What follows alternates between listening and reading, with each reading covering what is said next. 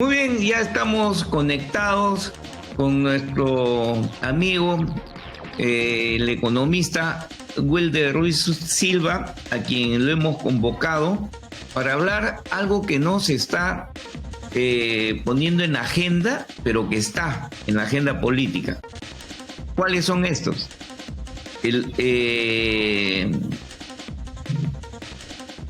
Tenemos primero el proceso electoral, pero tenemos también lo que es la bicameralidad del Congreso de la República, su retorno. Hay 3 proyectos de ley que han sido incluso ya sustentados por la propia presidenta del Congreso de la República. Y sobre esto, de verdad que muy poco se está hablando. Y la opinión pública creo que debe conocer qué significa la bicameralidad en estos momentos que, por ejemplo, se cuestionan la promulgación de leyes como esta última ley, la ley número 31481, que está permitiendo otorgar un plazo excepcional para la inscripción de candidatos a elecciones internas. Según dicen que si hubiera una Cámara de Senadores, esta ley no pasaba. Don Wilder, muy buenos días. ¿Cómo estás, Oscar? Muy buenos días y saludos a todos tus televidentes y sobre todo los que nos siguen por las redes. Sí, hay un proyecto de reforma constitucional para regresar a la bicameralidad. Es unas iniciativas que ya se vienen presentando también en congresos anteriores. Y desde esos congresos anteriores no ha podido tener relativo éxito y ahora se ha regresado. Estos proyectos de reforma constitucional creo que son buenos en la medida que una cámara reflexiva de personas con cierta experiencia política, con experiencia en las docencias universitarias, con experiencia y éxito en la vida profesional, pueden efectivamente a mejorar la calidad del ejercicio político y la calidad de las leyes. Esta, solo para hacer una referencia a esta norma de la 31481 que tú mencionabas, que algunos diputados que ven que sus dirigentes no han podido acreditarse a tiempo para ser candidatos, acuden al Congreso para que el Congreso les dé una ley específica para poder hacer candidatos y saltarse lo que estaba en el cronograma de elecciones regionales y municipales. No se pueden estar dando leyes coyunturales, excepcionales para este tipo de casos. Si fuera una emergencia y un terremoto, si fuera una emergencia sanitaria, si fuera una guerra con un país externo, bueno, entenderías una ley excepcional, específica, pero no para estos señores. Eso se puede debatir y parar con un Senado de la República que tendría que tener sus características. El proyecto contempla una edad de 35 años. Creo que deberían elevarse a 45 años. Creo que una persona de 45 años tiene ya la suficiente lucidez y experiencia lógica para plantear cosas para el país. Están planteando también que esta reforma constitucional, que como repito, viene ya de congresos anteriores y no ha tenido éxito, está planteando que sea 30 senadores y actualmente son 130 congresistas. Mantener los 130 congresistas que deberían ser diputados y 30 senadores. Esa es la propuesta de Acción Popular. La propuesta de Avanza País es ir a 60 senadores y mantener a los 130 congresistas. Yo creo que el Perú está subrepresentado. Es decir, no se puede seguir manteniendo que 130 congresistas representan a los 30 millones. Eso significa que son 230.769 personas por representante. Y esa representación de 230.000 por un representante tiene que cambiar. Si se va a debatir el retorno al Senado, creo que debería incluirse también la posibilidad del debate tenemos que ir a un diputado por provincia, lo cual te lleva a 195 diputados. Y yo sí creo que 60 senadores es el número suficiente, con lo cual te lleva a tener la valentía de plantear 255 representantes en el Congreso. Y sobre esa base vienen los planteamientos específicos. ¿Qué significa?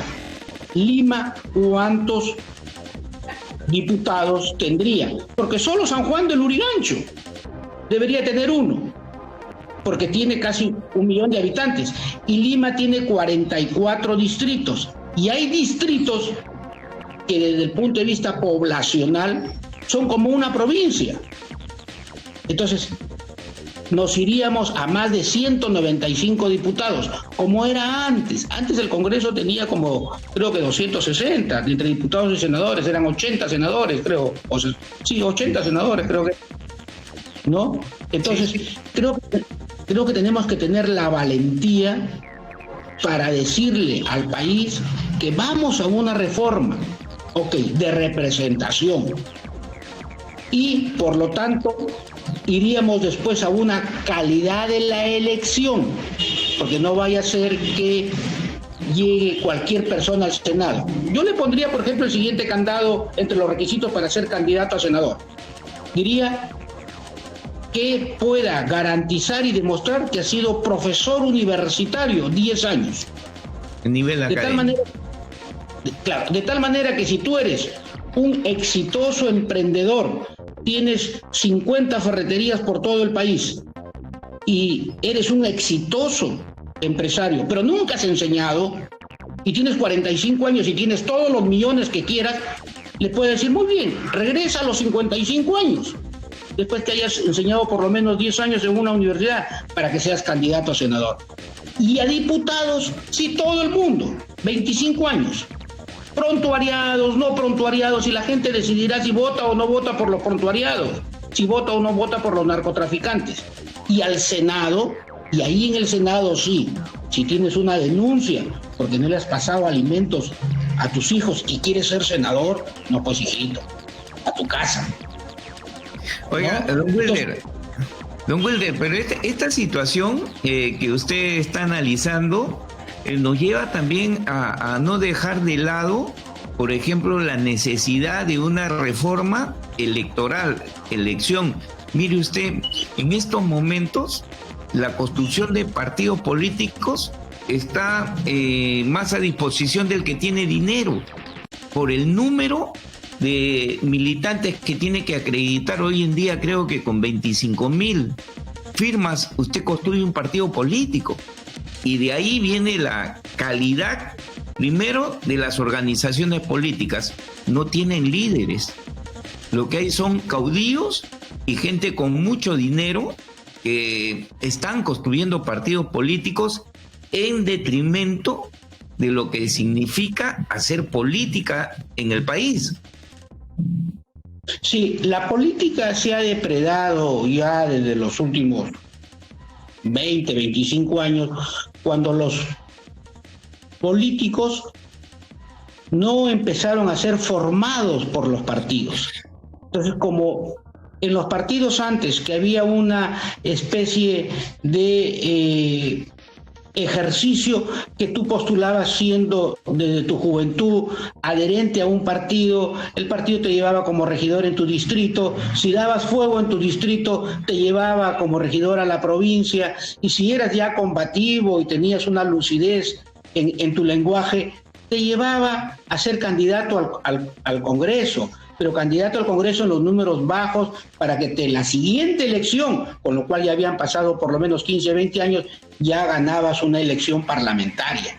Entonces, el servicio cívico, que es la esencia de la política, se perdió. Se perdió el servicio cívico de construir esos países y esas ciudades, y fue reemplazado por aquel que tenía efectivamente unos dineros que le permitían, no voy a decir comprar porque sería ofender, pero que le permitía por lo menos tener acceso a determinados números. esa desvinculación con la formación del partido llevó a que cuando tú ganabas te sentías dueño de tu escaño, sumado al voto preferencial, donde ya no habían esas listas únicas, donde el partido llevaba a sus mejores cuadros en los mejores lugares, más el voto preferencial, más tu dinero que habías invertido, te sentías autónomo del partido. Y como te sentías autónomo del partido, en la primera que sentías, te ibas del partido. Y se formó el transfugismo, que han habido parlamentarios que en un ejercicio de 5 años se han cambiado hasta de 2 o 3 partidos, de 2 o 3 bancadas, porque ya no hay vínculo entre los ideales, vínculo entre la propuesta de plan de gobierno y vínculo entre los valores democráticos que quieres defender. Todo eso quedó al margen, con una posibilidad de tener mi propio partido, y en mi propio partido me dan unos aportes y yo los pongo. No me importa si 2 semanas después de haber sido elegido se va del partido. Bueno, todo eso tenemos que recuperarlo. Y tenemos que recuperarlo con unos dirigentes y con unos líderes que entiendan la honorabilidad de la decencia política que se ha perdido. Así es. Porque claro, sí. El otro tema, y siempre en este marco, nos lleva a que en el Congreso de la República hay proyectos de ley que buscan la restitución de la reelección de autoridades políticas, gobernadores y alcaldes. Y esto se da en medio de ayer se movilizó Acción Popular exigiendo la inscripción de sus candidatos en virtud de esa ley que hemos mencionado, la 31481. Pero en las declaraciones que hace a la prensa, el alcalde de Ate, Eddie Cuellar, dijo algo que de verdad me dejó pensando. El Perú tiene 2.000 circunscripciones electorales. 1.200 han sido habilitadas con candidatos. Hay 800 circunscripciones electorales que no tienen candidatos. Entonces, oiga, ¿qué está pasando con el sistema electoral? En un proceso electoral donde está primando la familia de don Wilder, los candidatos. Le doy un caso clarito, Pachacamac. El actual alcalde de Pachacamac es candidato a primer regidor metropolitano en la lista de Somos Perú. Y allá en Pachacamac, su señora esposa es candidata a la alcaldía. Tenemos candidatos que hoy en día tienen en la lista de regidores a sus padres, a sus madres, a sus hijos o viceversa. Es decir, reelecciones encubiertas, familiares. Mira, 2 temas. Uno, el casi 800 localidades donde no hay representación y candidatos. Eso no es la culpa de la ley electoral, y tampoco no es culpa del Jurado Nacional de Elecciones o de la OMPE. Esa es culpa de los partidos políticos que, como los partidos políticos nacionales han sido quebrados por los partidos y movimientos regionales, incluso por los movimientos provinciales, el Partido Nacional ya no tiene cobertura nacional. ¿Por qué? Porque el Partido Nacional perdió vigencia cuando se permitió efectivamente que los movimientos regionales se organizaran para esa elección. Y más aún, se permitió que movimientos provinciales y distritales pudieran presentar sus listas. Muy bien. El Partido Nacional, en donde ve que no tiene votos y no lo conocen al líder, lo abandona. Entonces es cubierto por el partido o movimiento regional. Y el movimiento regional, que a su vez no le interesa a determinadas suscripciones poner candidatos, los abandona. Y por lo tanto quedan efectivamente más de 800 zonas donde tendría que presentarse una lista distrital, una lista en ese distrito que debe ser muy pequeño, donde no hay conciencia política, conciencia de ejercicio político. Y eso tiene que ser cubierto por los partidos nacionales. Entonces los partidos nacionales tienen una gran responsabilidad de reorganización. Y por otro lado, y termina el ejercicio político, que se perdió ese servicio cívico de orientación en función de los ideales, de la doctrina del partido, de las propuestas de plan de gobierno, que era lo que le proponía al país y a las ciudades, en guetos familiares. Es decir, llevo a mi esposa, llevo a mi hermano, llevo a mi pariente, y eso no es el ejercicio de la política. El ejercicio de la política ha perdido ese sentido del debate de las ideas para terminar siendo unos espacios donde me lleno los bolsillos yo y mi familia y mis amigos más cercanos. Ese ejercicio de la política que se ha depredado en los últimos 20 años ha llevado a su vez a que gente ilustrada no se compre el pleito por el ejercicio político. Y ellos también son los grandes culpables. Yo le digo a una serie de amigos que por qué no han postulado. Me dicen, no, Wilder, yo a la política no me meto. Le digo, es que justamente la política está así porque han desertado las personas que deberían estar en la política y no entregarle a todos estos prontuariados que vemos ahora. ¿Cómo es posible? ¿Has visto el nuevo ministro de Agricultura? Que ha estado detenido, ha estado en la cárcel. Entonces, ¿cómo van a elegir a un ministro que ha estado detenido? Si a mí el presidente me dice, Wilder, te voy a proponer ser ministro, yo le tendría que decir, presidente, no puedo, por estos antecedentes. Pero no, parece que ahora para ser autoridad y estar en el ejercicio del poder, en tu CV tienes que haber estado por lo menos unas horas en la cárcel, por cualquier motivo. No, entonces, eso no es la política. Y tenemos que seguir haciendo docencia para rescatar esos valores, mi querido Oscar. Así es, don Wilder, yo estoy absolutamente de acuerdo en que la política en sí ha perdido el liderazgo. No es caudillismo, ¿eh?